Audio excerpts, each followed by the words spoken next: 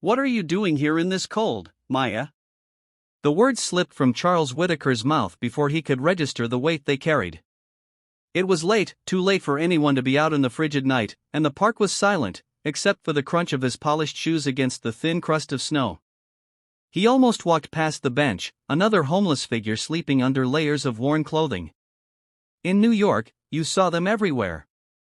And over the years, Charles had trained himself not to look. Not really. It wasn't cruelty. It was habit, defense, a way to preserve the narrow tunnel of focus that had made him a millionaire. But something about this particular shape, something in the way the small frame curled, the familiar worn-out canvas bag tucked against her side, stopped him. He slowed, half annoyed at his own sudden hesitation, and then looked again. His heart skipped. The street light flickered, casting enough glow to reveal the outline of her face. The unruly curls, the slight slope of her cheek. Recognition struck him like ice water. Maya. He breathed. She didn't move. He stepped closer cautiously, unwilling to believe his instinct. Maya, what in God's name? He dropped to one knee. The woman on the bench was Maya Williams. No mistake, his former housekeeper. The same quiet, invisible presence who had worked in his home for 2 years. The one he had fired 3 weeks ago for being 5 minutes late. Maya, it's Charles, he said softly, his breath fogging the air. Open your eyes, please. No response. Her lips were blue. Her fingers, exposed in the cold, gripped something tightly. Gently, Charles unwrapped them, heart pounding. Inside her palm was a crumpled receipt, a hospital billing statement. He smoothed it out under the street lamp. St. Agnes Medical Center. Patient, Dolores Williams. Outstanding balance, $1,432. Final due date, December van. Next to the paper in her hand was a small bundle of cash. Singles, a few fives, maybe $80 in total. Clutched like it was her last lifeline. Charles froze. The memory came rushing back, 3 weeks ago, that cold morning. He'd been irritated. His breakfast wasn't ready. The papers weren't organized. And Maya had come through the door a few minutes late, her hair damp with sweat, eyes ringed with exhaustion. She had mumbled something about, sorry, the train was late. He hadn't asked questions. He'd simply said, you're fired. And went back to stirring his coffee. Now, kneeling on this bench with her unconscious, her body shivering beneath a thin coat, he understood she hadn't overslept. She had been working a second job, likely all night, probably in a diner or a warehouse, some graveyard shift to make ends meet to pay this bill for her mother. Charles looked at the bill again. The due date was 2 days ago. His throat tightened, fumbling, he yanked off his coat and wrapped it around Maya's body. Hang on, he whispered. Just hold on, Maya. He pulled out his phone. 911, yes, I need an ambulance. Central Park near the 76th Street entrance. A woman, she's unconscious. She's freezing. As he gave the details, he kept glancing at her face, willing her eyes to open. The ambulance arrived minutes later. Red lights casting eerie shadows across the white snow. EMTs jumped out. One of them, a middle-aged woman, gave Charles a quick look. She's hypothermic, she said after a quick assessment. If you hadn't called. Charles didn't need the end of that sentence. I know her, he said quietly. She worked for me. I had no idea. She's lucky you came by, the medic replied with a note of unspoken criticism. They loaded Maya into the ambulance. Charles hesitated, then stepped in behind her. At St. Luke's, he sat in the waiting room under flickering fluorescent lights, his overcoat gone, his silk shirt soaked in the chill. He didn't care. He clutched the hospital bill in his hand like it was an indictment. In many ways, it was. Hours passed. Finally, a young doctor approached. She's stable. We're warming her up. She'll need rest, but she should recover. Can I see her? She's unconscious, but yes, briefly. Charles entered the room quietly. Maya lay still, her breathing shallow but no longer ragged. Her face, framed in medical tape and tubes, looked so small, so tired. He sat beside her. "I didn't know," he whispered.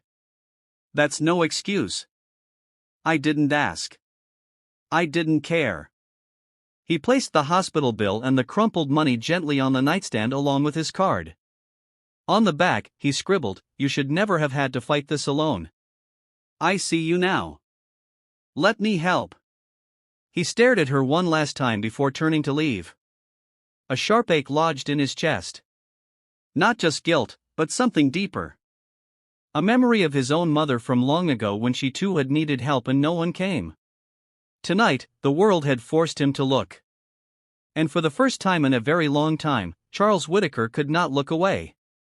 3 weeks earlier, the Whitaker residence stood as it always did, quiet, immaculate, and hollow. The marble floors reflected the morning sunlight and sterile perfection. In the kitchen, copper pots hung undisturbed above an island too pristine to ever show signs of actual cooking. The house was maintained with a precision Charles insisted upon, but rarely noticed.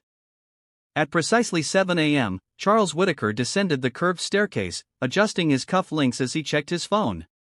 His assistant had already emailed the latest stock movements, and his mind was calculating profit margins before his feet touched the first floor. He entered the kitchen. The breakfast tray was not there. He frowned. In the carefully timed world he had constructed for himself, routine was sacred. He glanced at the oven clock, 7:03. 3 minutes behind. The irritation was instant. He called out, "Maya?" No response. Another minute passed before the back door creaked open. Maya stepped inside, her coat damp with sweat, her hands trembling slightly as she tried to remove her gloves. Her eyes, rimmed with fatigue, widened when she saw him standing there. I am sorry, sir," she stammered. "The train was delayed. I tried."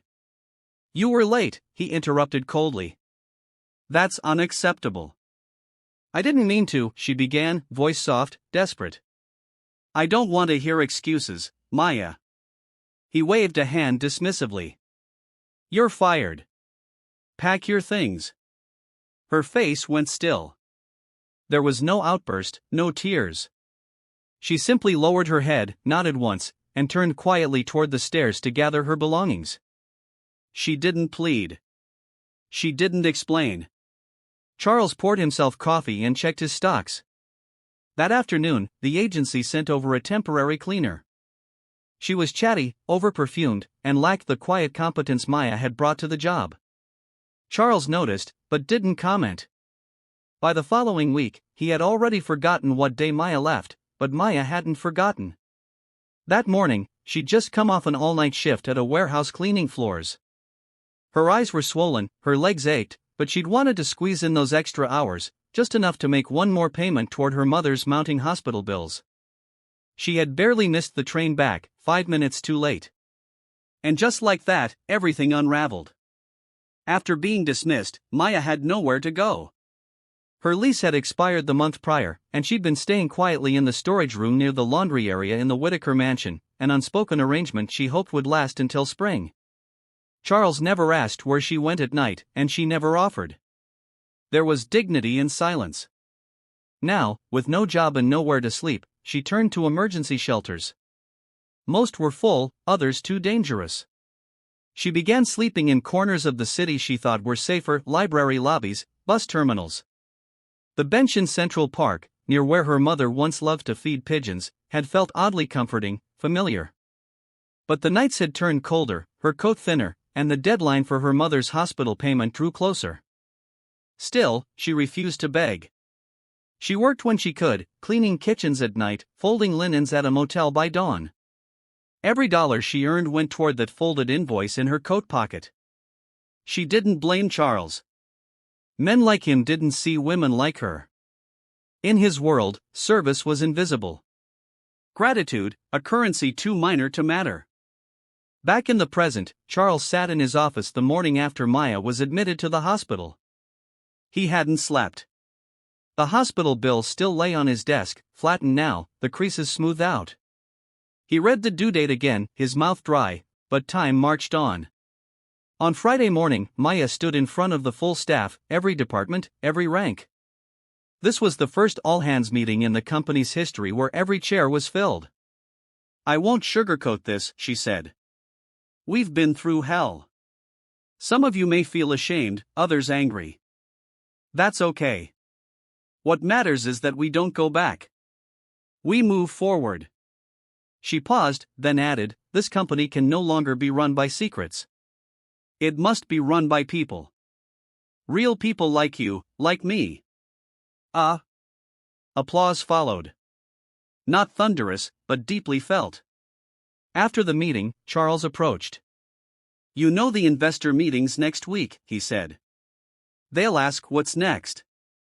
Maya looked out over the bustling floor at the people who now walked taller, who spoke louder, who believed again. "You tell them," she said softly. "We're building something honest. That for the first time, this place has a soul." And as she walked back to her office, past portraits of past CEOs and marble pillars once polished by her hands, Maya Williams knew truth had a cost, but dignity was priceless. The boardroom was quieter than usual. Sunlight poured through the tall windows, casting long shadows over the polished table where Maya now sat, no longer as a guest or a visitor, but as a permanent presence. The company had changed. So had she. It had been 2 weeks since the full audit findings were released to the public. National news outlets continued covering the story, but the frenzy had begun to taper. What remained was more profound than headlines, an awakening within the company's walls and beyond. Clients stayed, investors returned, and people, most importantly, stayed inspired. Charles sat beside her, flipping through the agenda for the quarterly Investors Summit. "They want numbers," he said.